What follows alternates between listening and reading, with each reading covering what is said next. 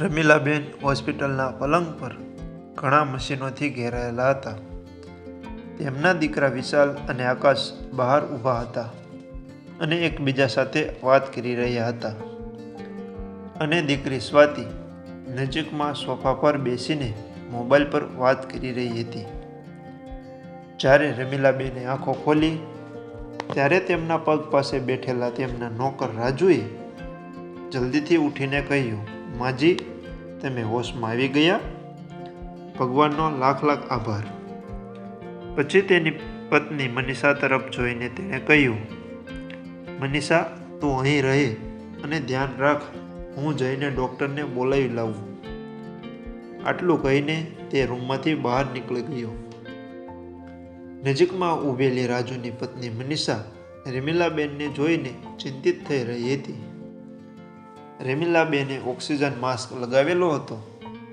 મનીષાને જોયા પછી તેઓ તેને કંઈક કહેવા માંગતા હતા, પણ મનીષાએ તેમને રોકીને કહ્યું, માજી, ચિંતા ના કરો, તેઓ જલ્દી ડૉક્ટરને લઈને આવતા હશે, ત્યાં સુધી કંઈ ના બોલો.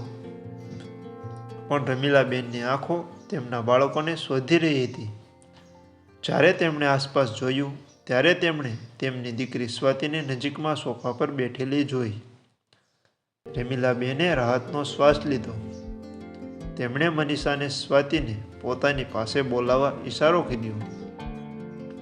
મનીષા સ્વાતિ પાસે ગઈ અને કહ્યું, દીદીજી, માજી તમને કંઈક કહેવા માગે છે, તેમના પલંગ જોડે ચાલો. ત્યારે સ્વાતિએ મનીષા તરફ જોયું, પછી રમીલાબેન તરફ જોઈને કહ્યું, સારું થયું કે મમ્મી ભાનમાં આવી ગઈ, પણ હમણાં હું ફોન પર વાત કરી રહી છું, હું પછી આવીશ. તું જા અને ત્યાં સુધી ડૉક્ટરને બોલાવી લાવ. સ્વાતિના શબ્દો સાંભળીને નજીકમાં જ પલંગ પર સૂતેલા રમીલાબેનને ખૂબ ખરાબ લાગ્યું, પણ તેઓ કંઈ બોલી શક્યા નહીં અને તેમની આંખોમાંથી આંસુ આવી ગયા. તેમને લાગ્યું કે સ્વાતિને તેની મા પાસે આવીને બેસવાનો પણ સમય નથી. મનીષા રમીલાબેનની પરિસ્થિતિ સમજી રહી હતી અને તે તેમની બાજુમાં બેસી ગઈ. તે સમયે તેના પતિ રાજુ પણ ડૉક્ટરને લઈને આવી ગયા. રમીલાબેનની તપાસ કર્યા પછી ડૉક્ટર પણ સિસ્ટરને તેમની સંભાળ રાખવાનું કહીને બહાર ગયા. વિશાલ અને આકાશ ડૉક્ટરને બહાર ઊભેલા જોઈને તેમની સાથે વાત કરવા લાગ્યા.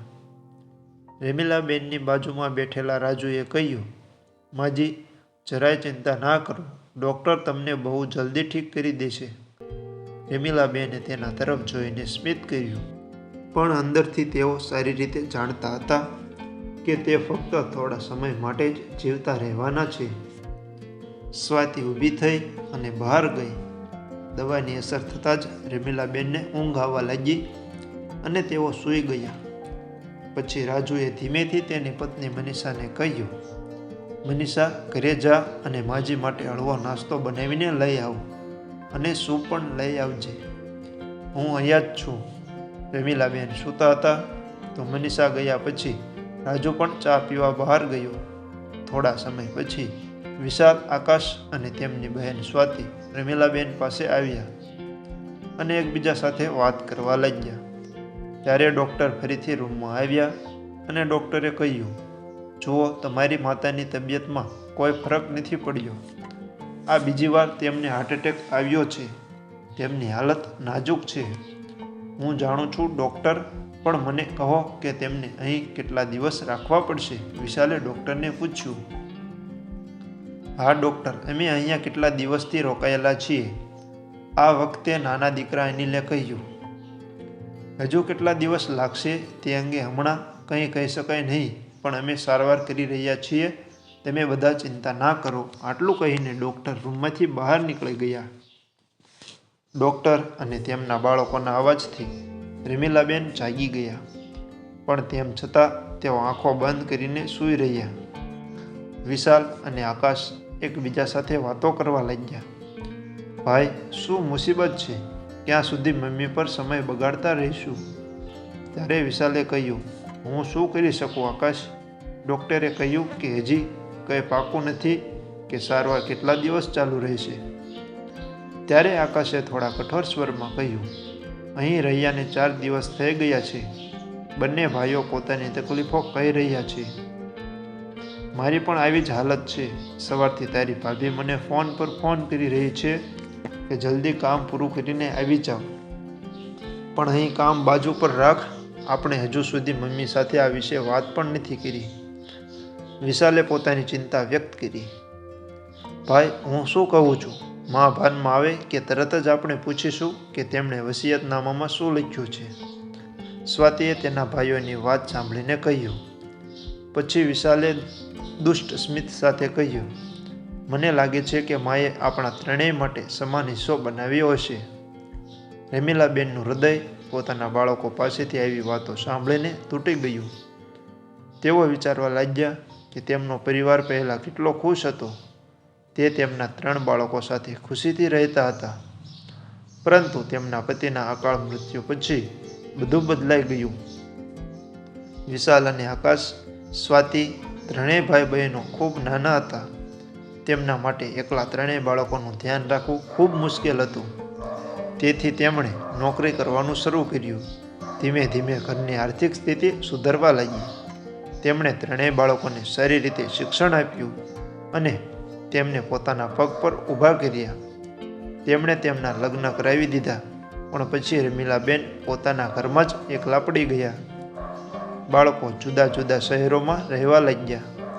તે ફક્ત તહેવારોમાં જ આવતા. રમીલાબેન બાળકોને જોવા માટે ઝંખતા હતા, પણ ત્રણેયને કોઈ ફરક પડતો નહીં. રાજુ રમીલાબેનના ઘરે કામ કરતી શાંતાબાઈનો પુત્ર હતો. શાંતાબાઈ સાથે રાજુ પણ રમીલાબેનના ઘરે કામ કરતો હતો. રમીલાબેન તેને પોતાના દીકરા જેવો પ્રેમ કરતા હતા. તેથી જ રાજુ પણ રમીલાબેન સાથે પોતાની માં જેવો વ્યવહાર કરતો હતો. રાજુ અને મનીષા હંમેશા રમીલાબેન સાથે રહેતા હતા અને તેમની ખૂબ કાળજી રાખતા. બંને સાચા દીકરા અને વહુની જેમ પોતાની ફરજો નિભાવી હતી. રમીલાબેનને એવું લાગતું કે રાજુ કોઈ અજાણ્યો નહીં, પણ પોતાનો જ દીકરો છે. પણ આજ રમીલાબેને પોતાના બાળકો પાસેથી આવી વાતો સાંભળીને ખૂબ જ અણગમો અનુભવી રહ્યા હતા. તેમને વિશ્વાસ જ નહોતો થઈ રહ્યો કે તેમના બાળકો તેમની માતાને નહીં, પણ તેમની વસિયતને પ્રેમ કરે છે. અચાનક તેમની આંખોમાંથી આંસુ આવી ગયા. મનીષા ઘરેથી ખાવાનું લાવી હતી. રાજુએ નર્સ પાસેથી પરવાનગી લીધી અને પછી રમીલાબેનને ધીમેથી જગાડીને કહ્યું, માજી, ઉઠો અને કંઈક ખાઈ લો, નહીંતર તમારી તબિયત વધુ બગડશે. રાજુના અવાજ સાથે રમીલાબેન વર્તમાનમાં પાછા ફર્યા. જ્યારે તેમણે આંખો ખોલી ત્યારે તેમણે રાજુને તેમના પગ પાસે બેઠેલા અને મનીષાને ખોરાક લઈને ઊભી રહેલી જોઈ. તેમણે રૂમમાં આજુબાજુ નજર ફેરવી, પણ ત્યાં નર્સ, રાજુ અને મનીષા સિવાય કોઈ નહોતું. તેઓ વિચારવા લાગ્યા કે કદાચ તેઓ ચાલ્યા ગયા હશે. રાજુ રમીલાબેનની મનોદશા સમજી ગયો હતો. તેણે કહ્યું, માજી, શું તમે ભાઈ અને દીદીને શોધી રહ્યા છો? તેઓ હમણાં જ બહાર જમવા ગયા છે અને થોડી વારમાં પાછા આવશે. તમે પણ ત્યાં સુધી થોડું ખાઈ લો. તો રમીલાબેન મનીષાની મદદથી ઊભા થયા અને પોતાનું માસ્ક હટાવીને ધીમેથી કહ્યું, મારે નથી ખાવું, તમે લોકો ખાઈ લો. અરે, આ કેવી વાત કરો છો? જો તમે નહીં ખાવ તો અમે પણ નહીં ખાઈએ. થોડું ખાઈ લો, દવા પણ લેવાની છે, રાજુએ આગ્રહથી કહ્યું. ત્યારે નજીકમાં ઊભેલી મનીષાએ કહ્યું, જુઓ માજી, તમારે ખાવાનું ખાવું પડશે, નહીંતર અમે સમજીશું કે તમે અમને તમારા નથી માનતા. મનીષાએ રોટલીનો ટુકડો તોડતા કહ્યું અને રમીલાબેનના ના ન પાડી શક્યા અને થોડું ખાઈ લીધું. માજી, હવે તમે થોડો આરામ કરો. જો તમને કંઈ જોઈતું હોય તો અમને બોલાવજો, અમે અહીં બહાર જ બેઠા છીએ. ભોજન કર્યા પછી રાજુ અને મનીષાએ કહ્યું તો રમીલાબેને હા પાડી અને દવાઓ લઈને પાછા સૂઈ ગયા. 2 દિવસ આમ જ પસાર થઈ ગયા, પણ રમીલાબેનની તબિયતમાં કોઈ સુધારો થયો નહીં. થોડી મુશ્કેલી સાથે રમીલાબેને રાજુને આજે જતીનભાઈને પોતાની સાથે લાવવા કહ્યું. હા માજી, તમે આરામ કરો કહીને રાજુ બહાર ગયો. આવો ભાઈ, માને મળીને આવીએ. આપણે કાલે પણ વાત કરી ન હતી? આકાશે કહ્યું. હા ચાલો જઈએ, હવે સારી તક છે. મેં રાજુને દવા લેવા મોકલી દીધો છે, તેથી હવે કોઈ સમસ્યા નહીં આવે. સ્વાતિએ પણ હામાં હા મિલાવી અને ત્રણેય ભાઈ બહેનો રમીલાબેન પાસે આવીને બેઠા. કેમ છો માં? વિશાલે કહ્યું. ત્યારે રમીલાબેને હામાં માથું હલાવ્યું કે હું ઠીક છું માં. અમારે તમારી સાથે એક મહત્વપૂર્ણ વાત કરવી હતી. અમે જાણવા માંગીએ છીએ કે તમે ગયા વર્ષે ખરીદેલી જમીન અને પેન્શનમાંથી બનાવેલી એફડી કોના નામે છે? આ પૂછ્યા પછી વિશાલ તેની મા તરફ જોવા લાગ્યો. રમીલાબેને પોતાના બાળકોનો અસલી ચહેરો જોઈને પોતાનું મન બનાવી લીધું હતું. તો પોતાની છેલ્લી ક્ષણોમાં તેઓ તેમની આ ઈચ્છા પણ પૂરી કરવા માંગતા હતા. તમે વસિયતનામું જાણવા માંગો છો ને? ચિંતા ના કરો, મેં જતીનભાઈને બોલાવ્યા છે. થોડું અટક્યા પછી રમીલાબેને કહ્યું. પછી થોડી કડવાશ સાથે વાત કરી. આમ પણ મારા ગયા પછી તમને ખબર પડી જશે. માં, અમારો મતલબ એવો નહોતો. અમે ફક્ત જાણકારી માટે પૂછી રહ્યા હતા, વિશાલે વાત બદલતા કહ્યું. અને રમીલાબેને આંખો બંધ કરી દીધી. તેઓ સહન કરી શકતા ન હતા. આપણે બહાર જઈએ, માને આરામ કરવા દઈએ, સ્વાતિએ તેના ભાઈઓ તરફ ઈશારો કરીને કહ્યું. પછી ત્રણેય ભાઈ બહેન બહાર આવ્યા. થોડી વાર પછી માજી જતીનભાઈ આવી ગયા. તમે તેમની સાથે વાત કરી લો, અમે બહાર બેઠા છીએ. રાજુ જતીનભાઈને રમીલાબેનને મળવા લઈ આવ્યો હતો. જતીનભાઈ વ્યવસાયે વકીલ હતા અને રમીલાબેનને ઓળખતા હતા. તેથી જ રમીલાબેને જતીનભાઈને વસિયતનામા બનાવવા માટે બોલાવ્યા હતા. હા બહેન, બોલો, વકીલ સાહેબે રમીલાબેનને કહ્યું. પછી રમીલાબેને કહ્યું. ભાઈ, હું વસિયતનામું લખાવવા માંગુ છું. આ બાજુ ડૉક્ટરની કેબિનમાં. જુઓ, તમારી માતાની હાલતમાં કોઈ સુધારો નથી. મને નથી લાગતું કે તેઓ વધુ સમય જીવી શકશે. ડૉક્ટર તેમને રમીલાબેનની વાસ્તવિક સ્થિતિ વિશે જણાવી રહ્યા હતા, પરંતુ તેમણે ડૉક્ટરની વાતમાં કોઈ રસ ન લીધો અને ઠીક છે કહીને ત્રણેય ભાઈ બહેન બહાર આવી ગયા. કારણ કે તેઓ પોતે પણ તેમની માના મૃત્યુની રાહ જોઈ રહ્યા હતા. રાત્રે રમીલાબેન અચાનક બોલવા લાગ્યા. તેમને શ્વાસ લેવામાં તકલીફ થઈ રહી હતી. માજી, તમને શું થયું? રમીલાબેનનો અવાજ સાંભળીને નજીકમાં આડો પડેલો રાજુ ઉઠ્યો. રાજુ, મારા બાળકોને બોલાવો, જેથી હું તેમને છેલ્લી વાર જોઈ શકું. રમીલાબેન ખૂબ જ ધીમે ધીમે શ્વાસ લઈ રહ્યા હતા. માજી, આવી વાતો ના કરો. અમે અત્યારે ડૉક્ટરને બોલાવીએ છીએ અને ભાઈ દીદીને પણ કહી દઉં છું. રાજુ તરત રૂમમાંથી ભાગી ગયો. પહેલાં ડૉક્ટરને જાણ કરી, પછી તે ત્રણેય ભાઈ બહેનોને મળવા વેઇટિંગ રૂમમાં પહોંચ્યો. ભાઈ, માજી ઉઠો ને, તેણે આટલું જ કહ્યું. ત્યારે વિશાલે તેને અટકાવ્યો અને ચીડમાં કહ્યું. શું વાત છે રાજુ? તને અડધી રાત્રે પણ શાંતિ નથી મળતી? ભાઈ, માજીની હાલત ગંભીર છે. તે તમને બધાને બોલાવી રહ્યા છે. ચાલો આકાશભાઈ અને સ્વાતિ દીદીને પણ બોલાવો. કહેતા કહેતા રાજુની આંખોમાં આંસુ આવી ગયા. શું માની હાલત ગંભીર છે? ઠીક છે, હું આકાશને ફોન કરું છું. તું જા, વિશાલે કહ્યું. ઠીક છે ભાઈ, જલ્દી આવજો. આટલું કહીને રાજુ ત્યાંથી દોડીને રમીલાબેન પાસે આવ્યો. ડૉક્ટર સાહેબ, કહો ને, માજીને આટલો દુખાવો કેમ થઈ રહ્યો છે? તે કોઈનું નામ બરાબર કેમ નથી લઈ શકતા? રાજુએ ડૉક્ટર પાસે ઊભા રહીને કહ્યું. રમીલાબેનને ડૉક્ટર તપાસતા હતા. તેમના નાડીના ધબકારા ધીમા હતા. નજીકમાં ઊભેલી નર્સ મશીન તરફ જોઈને ઇન્જેક્શન આપી રહી હતી. ડૉક્ટર, મમ્મીને શું થયું છે? વિશાલે પણ દરવાજામાંથી આવતા કહ્યું. જુઓ મિસ્ટર વિશાલ, મેં તમને પહેલેથી જ કહ્યું હતું કે તમારી માતાની છેલ્લી ઘડીઓ આવી ગઈ છે. તેથી જ તે ખૂબ પીડામાં છે. તે તેમના બાળકોને મળવા માગે છે. તો તેમને જલ્દી બોલાવો, બાકી તો અમારા હાથમાં કંઈ નથી. ડૉક્ટરે વિશાલના ખભા પર હાથ રાખતા કહ્યું, હા ડૉક્ટર, મેં તેમને કહી દીધું છે, તેઓ જલ્દી આવતા હશે. મમ્મી, ચિંતા ના કરો. આકાશ અને સ્વાતિ જલ્દી આવતા હશે. તેઓ રસ્તામાં જ છે. વિશાલે રમીલાબેનની બાજુમાં બેસતા બેસતા કહ્યું. રમીલાબેને વિશાલનો હાથ પકડ્યો અને તેમની આંખોમાંથી આંસુ વહેવા લાગ્યા. ભાઈ, મમ્મી, આકાશ અને સ્વાતિ ઘરેથી આવીને રમીલાબેનની બાજુ ઊભા હતા. મનીષા પણ તેમની સાથે આવી હતી અને રાજુની બાજુમાં ઊભી હતી. રમીલાબેને હાથના ઈશારાથી રાજુને પોતાની પાસે બોલાવ્યો. ત્યારે રાજુ અને મનીષા રમીલાબેન પાસે આવ્યા. રમીલાબેને રાજુનો હાથ પકડીને કહ્યું, દીકરા, હવે મારો જવાનો સમય આવી ગયો છે. હંમેશા ખુશ રહેજો, મારા પ્રિય બાળકો. આટલું કહીને રમીલાબેને અંતિમ શ્વાસ લીધા અને તેમની આંખો કાયમ માટે બંધ થઈ ગઈ. માજી, તમે ચૂપ કેમ થઈ ગયા? રાજુ તેમને હલાવતા રડવા લાગ્યો. ત્યારે મિસ્ટર વિશાલ, તમારી માતા હવે આ દુનિયામાં નથી રહ્યા, ડૉક્ટરે કહ્યું અને મશીનો બંધ કરીને બહાર નીકળી ગયા. ભાઈ, મમ્મીને હવે ઘરે લઈ જવી જોઈએ. અંતિમ સંસ્કાર પણ કરવા પડશે, આકાશે વિશાલને કહ્યું.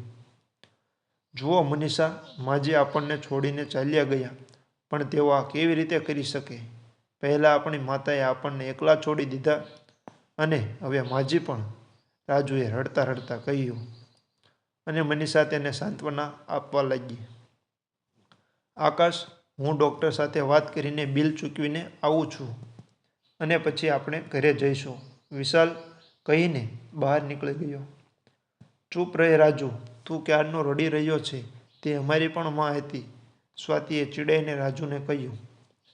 પછી તે તેના પતિને જાણ કરવા ગઈ અને રાત્રે જ બધા સંબંધીઓને જાણ કરી દીધી. સવાર સુધીમાં બધા ઘરે પાછા ફર્યા. સ્વાતિના પતિ અને તેના ભાભીઓ પણ આવી ગયા હતા. રાજુ બધાથી દૂર એક થાંભલાને ટેકવીને નિર્જીવ ઊભો હતો. રાજુની પત્ની મનીષા મહેમાનોને પાણી પીવડાવી રહી હતી. દીકરા, સ્મશાન જવાનો સમય થઈ ગયો છે, તેમને લઈ ચાલો. વિધિ કર્યા પછી પંડિતજીએ વિશાલ અને આકાશને કહ્યું. હા પંડિતજી, વિશાલે કહ્યું. તો આકાશ અને વિશાલ રમીલાબેનના શરીરને આગળથી અને સ્વાતિના પતિ પાછળથી ઉપાડવા તૈયાર હતા. ચોથો ખભો કોણ આપશે? એક વૃદ્ધ માણસે કહ્યું. ભાઈ, રાજુને આગળ લાવીને તેને પણ તમારી સાથે માજીને ખભો આપવા દો, રાજુને સામે લાવતા મનીષાએ વિશાલને કહ્યું.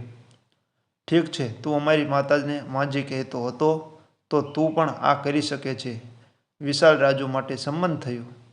પછી રાજુ પણ તેમને ખભો આપવા આગળ આવ્યો. ઊભો રે વિશાલ, જયંતિભાઈએ ગેટ પર હાથમાં કેટલાક કાગળો પકડીને ઊભા રહીને કહ્યું. અંકલ, વિશાલે નમસ્તે કહેતા કહ્યું. રમીલાબેન હવે નથી રહ્યા, એ સાંભળીને મને ખૂબ દુઃખ થયું, પણ હવે હું તમને એ બધું કહેવા આવ્યો છું, જે તેમણે મને કહ્યું હતું. શું અંકલ, મમ્મીએ શું કહ્યું હતું? આકાશે કુતૂહલવશ પૂછ્યું. દીકરા, તારી માતાએ કહ્યું હતું કે તેમના અંતિમ સંસ્કાર પહેલાં હું આ વસિયતનામું તમને બધાને વાંચી સંભળાવું, જયંતિભાઈએ હાથમાં કાગળ કાઢતા કહ્યું. વસિયતનામાનું નામ સાંભળીને ત્રણેય ભાઈ બહેન વિશાલ, આકાશ અને સ્વાતિની આંખોમાં ચમક આવી ગઈ. સ્વાતિની ભાભીઓ પણ એકબીજા સામે જોઈને હસવા લાગી. અંકલ કહો, સ્વાતિએ કહ્યું. ત્યારે વકીલે વાંચવાનું શરૂ કર્યું. હું રમીલાબેન મારા હોશમાં જયંતિભાઈ દ્વારા આ વસિયતનામું લખાવી રહી છું, જેથી મારા મૃત્યુ પછી મારા બાળકો વચ્ચે કોઈ મતભેદ ન રહે. હું મારી મુંબઈવાળી જમીન મારા મોટા દીકરા વિશાલના નામે કરું છું. આટલું કહીને જયંતિભાઈ ચૂપ થઈ ગયા. વિશાલની પત્ની મુંબઈની જમીન ખુશીથી બોલી પડી. પછી વાતાવરણ જોઈને ચૂપ થઈ ગઈ. હા, આગળ લખ્યું છે કે બેંકમાં જે 6 લાખની એફડી છે તેનું નોમિની આકાશ છે. મારા બધા ઘરેણાં સ્વાતિના નામે છે. આટલું કહીને જયંતિભાઈ શાંત થઈ ગયા. આકાશ અને સ્વાતિ પોતાનો હિસ્સો સાંભળીને ખુશ થઈ ગયા. ઠીક છે, તો પછી આગળ શું લખ્યું છે? વિશાલે પૂછ્યું. ત્યારે વકીલે કહ્યું કે રમીલાબેને આ ઘર રાજુના નામે કરી દીધું છે. રાજુના નામે કેમ કર્યું? વિશાલ, આકાશ અને સ્વાતિ ત્રણેય ભાઈ બહેનો ચોંકીને એક સાથે બોલ્યા. મને નથી ખબર, પણ હવે આમાં કોઈ ફેરફાર કરવામાં આવશે નહીં, અને પુરાવા તરીકે આ કાગળની એક નકલ તમારા ચારેયને આપવામાં આવે છે.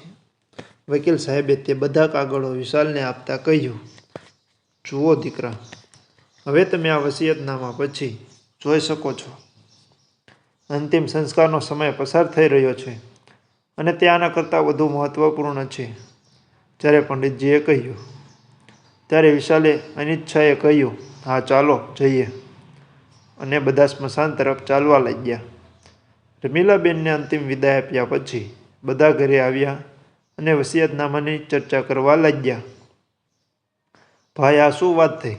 આ ઘર પોતાના બાળકોને આપવાને બદલે મમ્મીએ તે રાજુના નામે કરી દીધું. સ્વાતિએ ગુસ્સામાં કહ્યું, હા, જો તેમને આપવું જ હતું તો તેમણે તેમના જમાઈ કે વહુના નામે કરી દેતા, પણ ના, સાસુએ એટલું મોટું ઘર નોકરને સોંપી દીધું. સ્વાતિના પતિ કમલે મોઢું બગાડતા કહ્યું, જીજાજી સાચું કહી રહ્યા છે. હું પૂછવા માગું છું કે મમ્મીજીએ આવું કેમ કર્યું? નાની વહુએ ચીડથી કહ્યું. ત્યારે મોટી વહુ બાજુમાં બેસતા બોલી, હવે આ વિચારવાનો શું ફાયદો? અત્યારે આપણે એ વિચારવું જોઈએ કે આ ઘર રાજુ પાસેથી કેવી રીતે પાછું મેળવવું. આ ઘર આપણે પાછું નથી લઈ શકતા. સાંભળ્યું તમે? અને તમારે બધાએ એ પણ સમજવું જોઈએ કે આ ઘર ક્યારેય આપણું હતું જ નહીં. વિશાલ, જે ઘણા સમયથી બધાને સાંભળી રહ્યો હતો, આખરે બૂમ પાડી, શું થયું ભાઈ? તમે આવું કેમ બોલો છો? વિશાલનો ગુસ્સો સમજીને આકાશ બોલ્યો. વકીલે શું કહ્યું તે તમે બધા સમજી શકતા નથી કે આપણે તેમાં કોઈ ફેરફાર કરી શકતા નથી, વિશાલે કહ્યું. તો સ્વાતિએ અફસોસ સાથે કહ્યું, તો શું આપણે બધા આ ઘરને ભૂલી જઈએ? તો આપણને બીજું શું કરી શકીએ છીએ, વિશાલે કહ્યું, અને બહાર જતો રહ્યો. હવે જ્યારે કોઈ ફાયદો નથી ત્યારે અહીં રોકાવાનો શું મતલબ છે? 13મા દિવસની વિધિ પછી બીજા દિવસે આપણે બધા અહીંથી નીકળી જઈશું. આ બાજુ એક ખૂણામાં બેઠેલા રાજુએ કહ્યું, મનીષા, માજી આપણને એકલા છોડીને ચાલ્યા ગયા. દીદી અને ભાઈ પહેલાં જ આપણને પસંદ નહોતા કરતા. હવે આપણે શું કરીશું? ક્યાં જઈશું? આપણે ફરીથી અનાથ થઈ ગયા. તમે આવું કેમ કરી રહ્યા છો? જુઓ, માજીએ તેમના પાછળ પણ આપણી વ્યવસ્થા કરીને ગયા છે. તેમણે આ ઘર તમને જ તો આપ્યું છે, મનીષાએ કહ્યું. ઘર? બધા એક જ વાત કરી રહ્યા છે. પણ મને આ ઘર નથી જોઈતું. મને આ ઘરનો કોઈ લોભ નથી. જેને જોઈએ તે લઈ શકે છે, રાજુએ ખીજાઈને કહ્યું. મારો કહેવાનો એ અર્થ નહોતો. જરા વિચારો કે આ ઘર સાથે માજીની કેટલી બધી યાદો જોડાયેલી છે, અને તેઓ પણ ઈચ્છતા હતા કે અહીં ફક્ત તમે જ રહો, જેથી તમને ક્યારેય એકલતા ન લાગે. જ્યારે મનીષાએ કહ્યું, ત્યારે રાજુએ આંસુ લૂછતા કહ્યું, હા મનીષા, તું સાચું કહે છે. માજીએ આપણને આટલી મોટી સંપત્તિ આપી દીધી અને આપણે ધ્યાને જ ન આપ્યું. રાજુ માતાજીની વાત સાંભળી સાથે એકદમ સહમત હતો અને થોડો સંતુષ્ટ પણ હતો. રમીલાબેનની 13મી વિધિ પણ થઈ ગઈ હતી અને બધા સંબંધીઓ પોતપોતાના ઘરે જતા રહ્યા. ભાઈ, તમે બધા પણ જઈ રહ્યા છો? અહીંયા જ રહી જાઓ ને, રાજુએ આગ્રહ સાથે કહ્યું. ના રાજુ, હવે અમારે જવું જોઈએ. આમ પણ બહુ રજા પડી ગઈ છે, વિશાલે પોતાનો સામાન ઉપાડીને ગાડીમાં રાખતા કહ્યું. પણ ભાઈ, ગઈકાલે 13મા દિવસનો સમારોહ યોજાયો હતો, અને તમે લોકો આજે જઈ રહ્યા છો. તમે થોડા વધુ દિવસ રોકાઈ જતા, રાજુએ કહ્યું. ત્યારે સ્વાતિએ મોઢું બનાવતા કહ્યું, અમે કેમ રોકાઈએ? મમ્મીએ આ ઘર તમને સોંપ્યું છે, તો તું ખુશ રહે. તને બીજું શું જોઈએ? રાજુને સ્વાતિની વાત ગમી નહીં, પણ તે ચૂપ રહ્યો. દીદીજી, તે તમને રહેવા માટે કહી રહ્યા છે, કારણ કે માજીના ગયા પછી બધું સુનસાન થઈ ગયું છે, અને જો તમે પણ જશો તો ઘર અચાનક ખાલી થઈ જશે, જે સારું નહીં લાગે, મનીષાએ વાત સંભળાવતા કહ્યું. જુઓ, તમે નોકર છો તો નોકર જેવું વર્તન કરો. શું સારું લાગશે અને શું નહીં તે તમારે અમને સમજાવવાની કોઈ જરૂર નથી.